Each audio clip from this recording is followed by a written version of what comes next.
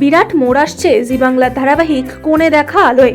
অনুভবের অ্যাক্সিডেন্টের পর এখন টানটান উত্তেজনাপূর্ব পর্ব চলছে মেঘায়। কিছুদিন আগেই ধারাবাহিকে দেখানো হয়েছিল অনুভব ভুলে গিয়েছে লাজুকে।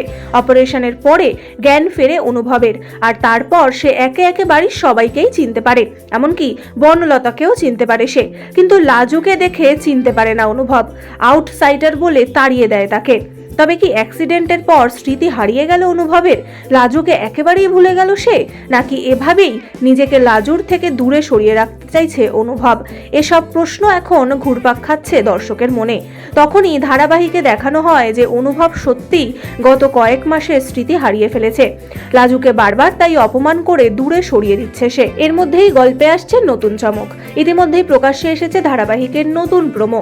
সেখানে দেখা যাচ্ছে অনুভবের সঙ্গে বাড়িতে আসে লাজু। সে জানায় রাস্তায় বিপদে পড়ায় অনুভব তাকে প্রাণে বাঁচায়, আর সেই কারণে অল্প চোট লাগে অনুভবের। লাজুকে দেখে ফের তেলেবেগুনে জ্বলে ওঠে বনলতা। রেগে গিয়ে লাজুকে বলে নির্লজ্জের মতো কেন আবার এই বাড়িতে এসেছে। এবার বনলতার উপর চড়াও হয় অনুভব। লাজুর প্রতি কোনো এক অজানা টান সে অনুভব করে। এদিকে লাজুও আর চুপ করে থাকে না। সে বনলতাকে বলে সবাইকে নিজের মতো না ভেবে নিজের সংসার যেন বাঁচায়। তবে কি একটু একটু করে অনুভবের স্মৃতি ফিরে আসছে? লাজুর প্রতি অজানা টানই কি ফের কাছাকাছি আনবে দুজনকে? কি হতে চলেছে ধারাবাহিকের আগামী পর্বে? উত্তরের অপেক্ষায় দর্শক মহল।